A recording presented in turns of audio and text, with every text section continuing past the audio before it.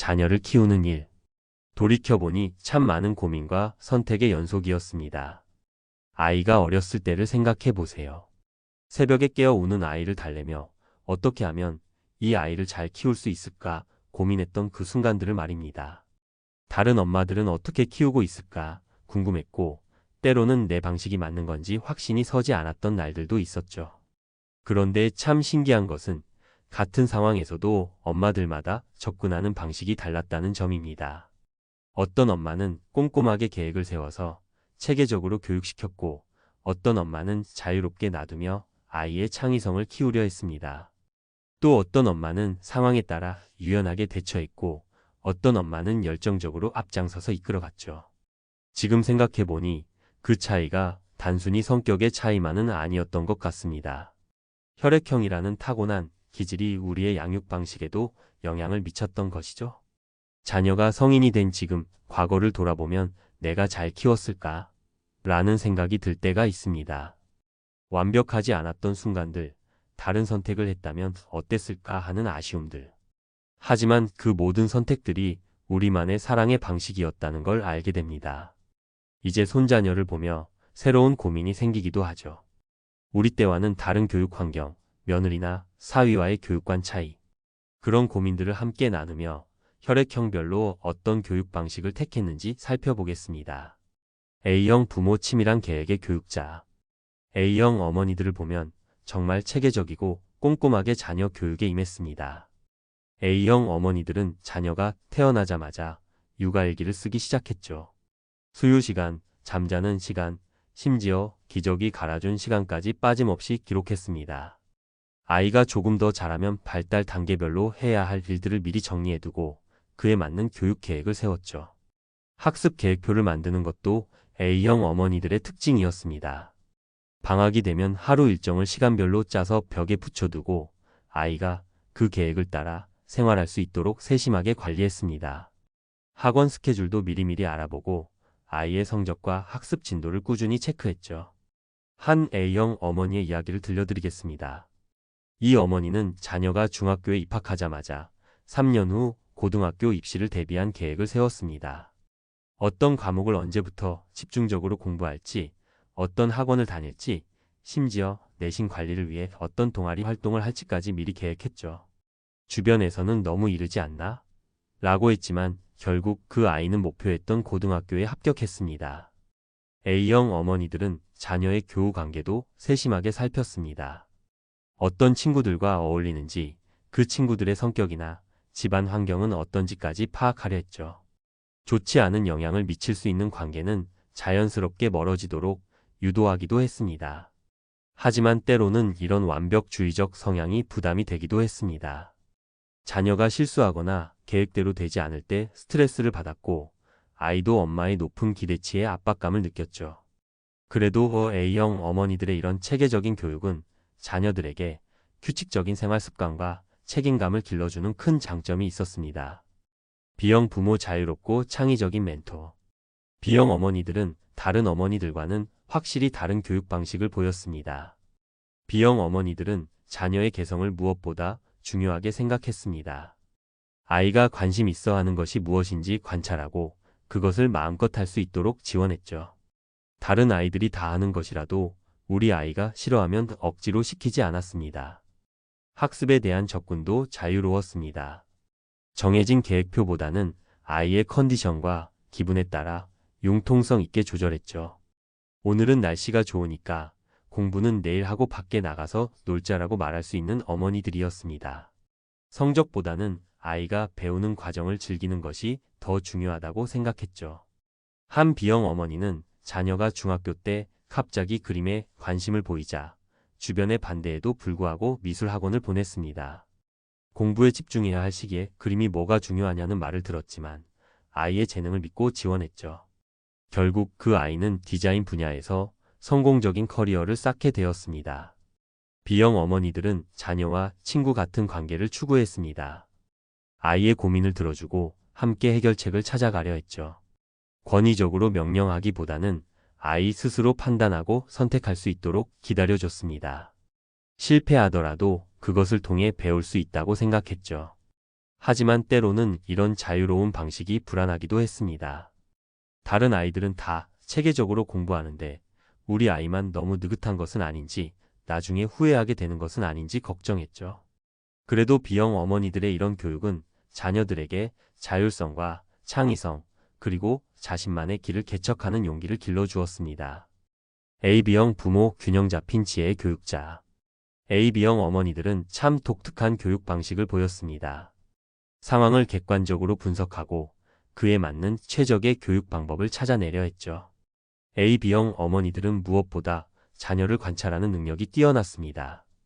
아이의 성격, 학습 능력, 관심사를 냉정하게 파악하고 그에 맞는 맞춤형 교육을 시도했죠. 같은 상황에서도 첫째와 둘째에게 다른 방식으로 접근할 수 있었습니다. 한 AB형 어머니는 두 자녀의 성향이 완전히 다르다는 것을 일찍 파악했습니다. 첫째는 꼼꼼하고 계획적인 성격이었고, 둘째는 자유롭고 창의적인 성격이었죠. 그래서 첫째에게는 체계적인 학습 계획을 세워주고, 둘째에게는 자유로운 환경에서 스스로 탐구할 수 있도록 했습니다. 같은 부모지만 완전히 다른 교육 방식을 적용한 것이죠. AB형 어머니들은 교육 정보를 수집하고 분석하는 것도 뛰어났습니다. 다른 부모들의 교육 방식을 관찰하고 교육 서적도 많이 읽었죠. 그리고 그 중에서 우리 아이에게 맞는 것만 선별해서 적용했습니다. 감정적으로 대응하기보다는 논리적으로 접근하는 것도 AB형 어머니들의 특징이었습니다. 아이가 공부를 하기 싫어하면 무조건 윽박 지르기보다는 왜 하기 싫어하는지 원인을 파악하려 했죠. 그리고 그 원인을 해결할 수 있는 방법을 찾아냈습니다. 한편으로는 아이와 적절한 거리를 유지하려 했습니다. 너무 간섭하지도 않고 너무 방치하지도 않았죠. 아이가 도움이 필요할 때는 언제든 도와주되 스스로 해결할 수 있는 일에는 개입하지 않았습니다. 하지만 때로는 이런 객관적인 접근이 아이에게 차갑게 느껴질 때도 있었습니다. 감정적 공감보다는 논리적 해결책을 제시하다 보니 아이가 따뜻한 위로를 원할 때 아쉬움을 느꼈죠. 그래도 AB형 어머니들의 이런 교육은 자녀들에게 균형 잡힌 사고력과 문제 해결 능력을 길러주었습니다. O형 부모 열정적이고 추진력 있는 리더. O형 어머니들은 자녀 교육에 온 정열을 쏟아부었습니다. O형 어머니들의 가장 큰 특징은 적극성이었습니다. 자녀 교육에 관한 일이라면 앞장서서 나섰죠. 학교 학부모 모임에서도 임원을 맡고 아이 반 단합대회 같은 행사도 직접 기획하고 추진했습니다. 아이의 학급 담임 선생님과도 수시로 소통하며 아이의 학교 생활을 꼼꼼히 챙겼죠. 자녀의 도전 정신을 키우는 것을 중요하게 생각했습니다. 아이가 어려운 일에 부딪혔을 때 피하지 말고 정면으로 맞서라고 격려했죠. 안 되면 안 되는 거고 되면 되는 거야. 일단 해보자. 라는 식으로 용기를 북돋아줬습니다. 한 O형 어머니는 자녀가 학급 회장 선거에 나가기를 주저할 때 함께 선거 공약을 준비하고 연설 연습을 시켰습니다. 떨어져도 괜찮으니까 일단 도전해보자라고 격려했죠. 아이는 처음엔 부담스러워했지만 결국 당선이 되었고 리더십을 기를 수 있었습니다. O형 어머니들은 자녀의 사회성 발달에도 많은 신경을 썼습니다. 친구들과 어울리는 것을 중요하게 생각했고 아이가 내향적이면 억지로라도 사람들과 만날 기회를 만들어줬죠. 캠프나 동아리 활동 같은 단체 활동을 적극 권했습니다. 때로는 자녀를 위해 무리한 일도 마다하지 않았습니다. 아이가 원하는 학원이 멀리 있으면 매일 차로 데려다주고 아이의 꿈을 위해서라면 경제적 부담도 감수했죠. 다른 사람들이 너무 무리하는 것 아니야? 라고 말해도 우리 아이를 위한 일인데 뭐가 무리야? 라고 답했습니다. 하지만 이런 열정적인 교육이 때로는 아이에게 부담이 되기도 했습니다. 엄마의 기대가 너무 커서 아이가 압박감을 느끼거나 엄마가 너무 앞서 나가는 바람에 아이 스스로 선택할 기회가 줄어들기도 했죠. 그래도 O형 어머니들의 이런 교육은 자녀들에게 적극성과 리더십, 그리고 도전하는 용기를 길러주었습니다. 혈액형별 교육의 장단점과 지혜. 지금까지 각 혈액형별 교육 방식을 살펴봤는데 어떤 방식이 가장 좋다고 말할 수는 없습니다. 각각의 방식에는 분명한 장점과 아쉬운 점이 있었죠. A형 어머니들의 체계적이고 꼼꼼한 교육은 자녀들에게 규칙적인 생활 습관과 책임감을 길러주었습니다. 미리 계획하고 준비하는 능력, 꾸준히 노력하는 인내심을 기를 수 있었죠. 하지만 때로는 너무 완벽을 추구하다 보니 아이와 엄마 모두 스트레스를 받기도 했습니다. B형 어머니들의 자유롭고 창의적인 교육은 자녀들의 개성과 창의성을 발달시켰습니다. 자율성을 기르고 자신만의 길을 개척하는 용기를 키울 수 있었죠. 하지만 때로는 방향성이 부족해서 아이가 혼란스러워하거나 기본적인 학습 습관이 부족할 수도 있었습니다. AB형 어머니들의 균형 잡힌 교육은 자녀들에게 객관적인 판단력과 문제 해결 능력을 길러주었습니다. 상황에 맞는 유연한 대처 능력을 기를 수 있었죠. 하지만 때로는 너무 이성적으로 접근하다 보니 감정적 소통이 부족할 수도 있었습니다. O형 어머니들의 열정적이고 추진력 있는 교육은 자녀들에게 적극성과 리더십을 길러주었습니다. 도전하는 용기와 사회성을 기를 수 있었죠. 하지만 때로는 너무 강하게 밀어붙이다 보니 아이가 부담스러워하거나 스스로 선택할 기회가 줄어들 수도 있었습니다. 결국 가장 중요한 것은 자녀의 성향을 파악하고 그에 맞는 교육을 하는 것이었습니다. A형 아이에게는 체계적인 접근이 좋을 수 있지만 B형 아이에게는 자유로운 환경이 더 적합할 수 있었죠. 우리의 혈액형과 아이의 혈액형이 다를 때는 더욱 신중하게 접근해야 했습니다. 이제 손자녀를 보면서 새로운 고민이 생깁니다. 우리 때와는 교육 환경이 많이 달라졌죠. 며느리나 사위의 교육관이 우리와 다를 때도 있습니다. 하지만 과거의 경험을 바탕으로 지혜로운 조언을 할 수 있게 되었습니다. 무엇보다 사랑으로 키우는 것이 가장 중요하다는 것을 알게 되었죠.